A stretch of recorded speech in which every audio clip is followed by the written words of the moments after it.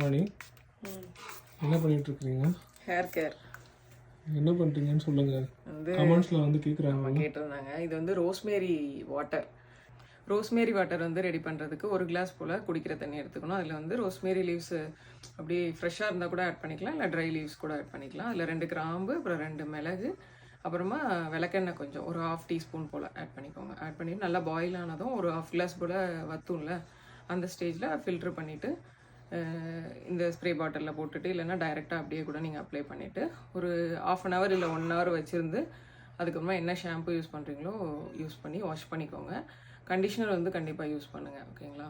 1 வாரம் வந்து rosemary water use பண்ணுறீங்கன்னா 1 வாரம் வந்துட்டு தேங்காய் எண்ணெய் ஒரு டேபிள் ஸ்பூனு, அப்புறம் நல்லெண்ணெய் 1 டேபிள் ஸ்பூனு, 1/2 டேபிள் ஸ்பூன் வந்து விளக்கெண்ணெய், இந்த 3ஐயும் கலந்து லைட்டாக வந்து 2 மிளகு 2 ஆட் பண்ணிவிட்டு பாயில் பண்ணிவிட்டு அதை கூட நீங்கள் அப்ளை பண்ணிவிட்டு இதே மாதிரி வாஷ் பண்ணிக்கலாம்.